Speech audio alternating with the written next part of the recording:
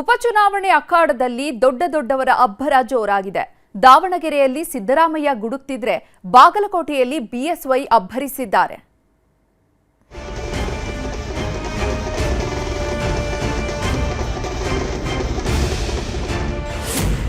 Mini ಅಖಾಡದಲ್ಲಿ ದೊಡ್ಡವರ ಕೊನೆ ರಣತಂತ್ರ, ನಾನಾ ಲೆಕ್ಕಾಚಾರ, ದಾವಣಗೆರೆಯಲ್ಲಿ ಟಗರು ಅಬ್ಬರ.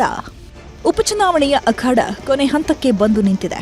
ಪ್ರಚಾರದ ಅಬ್ಬರಕ್ಕೆ ಇನ್ನೊಂದೇ ದಿನ ಬಾಕಿ ಇರೋದ್ರಿಂದ ಘಟಾನುಘಟಿ ನಾಯಕರೆಲ್ಲ ಚುನಾವಣಾ ಅಖಾಡದಲ್ಲಿ ಅಬ್ಬರಿಸಿ ಬೊಬ್ಬಿರಿತಿದ್ದಾರೆ. ದಾವಣಗೆರೆ ದಕ್ಷಿಣ ಹಾಗೂ ಬಾಗಲಕೋಟೆಯಲ್ಲಿ ನಾನಾ ಲೆಕ್ಕಾಚಾರ ಶುರುವಾಗಿದ್ದು ಬಿರು ಬಿಸಿಲಿನ ಮಧ್ಯೆಯೂ ಮತ ಶಿಕಾರಿ ಮಾಡ್ತಿದ್ದಾರೆ.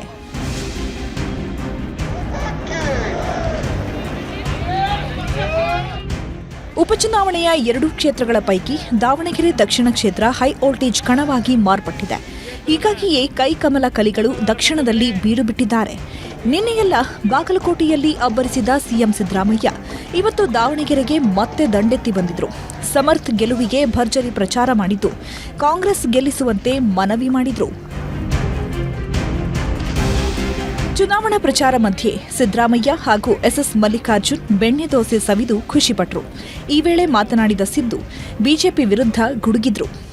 ಬಿಜೆಪಿ ಕರ್ನಾಟಕದಲ್ಲಿ 9 ವರ್ಷಗಳ ಕಾಲ ಅಧಿಕಾರದಲ್ಲಿದ್ದರು. ಅವರು ಯಾವ ಕೆಲಸ ಮಾಡಿದ್ದೀವಿ ಅಂತ ಹೇಳಲ್ಲ, ಏನು ಅಭಿವೃದ್ಧಿ ಕೆಲಸ ಮಾಡಿದ್ದೀವಿ ಅಂತ ಹೇಳಲ್ಲ. ಅದರ ಬದಲಿಗೆ ಸಿದ್ದರಾಮಯ್ಯನನ್ನ ಟೀಕೆ ಮಾಡೋದು, ನಮ್ಮ ಸರ್ಕಾರವನ್ನ ಟೀಕೆ ಮಾಡೋದು. ಯಾಕೆ ಮಾಡ್ತಾರೆ ಅಂತಂದ್ರೆ, ನಾನು ಬಡವರ ಪರವಾಗಿ ಕೆಲಸ ಮಾಡ್ತಾ ಇದ್ದೇನೆ ಅಂತಕ್ಕಂಥ ಕಾರಣಕ್ಕೋಸ್ಕರವಾಗಿ ನನ್ನನ್ನು ಟೀಕೆ ಮಾಡ್ತಾರೆ. ಉಪಚುನಾವಣೆ ಕಾವು ಶುರುವಾಗಿದ್ದೇ ಕಾಂಗ್ರೆಸ್ ಬಿಜೆಪಿ ನಾಯಕರ ಮಧ್ಯೆ ವಾಕ್ಸಮರವೂ ಜೋರಾಗಿದೆ. ಏಟಿಗೆ ಎದುರೇಟು ಕೊಡ್ತಿದ್ದಾರೆ. ಬಾಗಲಕೋಟೆಯಲ್ಲಿ ಬಿಎಸ್ವೈ ಜಮೀರ್ ಶಕ್ತಿ ಪ್ರದರ್ಶನ. ಬಾಗಲಕೋಟೆಯಲ್ಲೂ ಬೈ ಎಲೆಕ್ಷನ್ ಬಿರುಗಾಳಿ ಎದ್ದಿದೆ.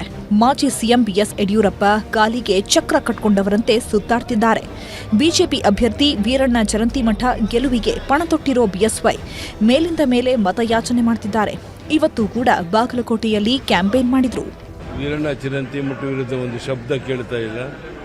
ಎಲ್ಲರೂ ಸಹ ಈ ಬಾರಿ ಒಟ್ಟಾಗಿ ಒಂದಾಗಿ ವೀರಣ್ಣ ಚರಂತಿಮಠನ ಗೆಲ್ಲಿಸ್ತೇವೆ ಅನ್ನೋ ಭರವಸೆಯನ್ನು ಕೊಡ್ತಾ ಇದ್ದಾರೆ.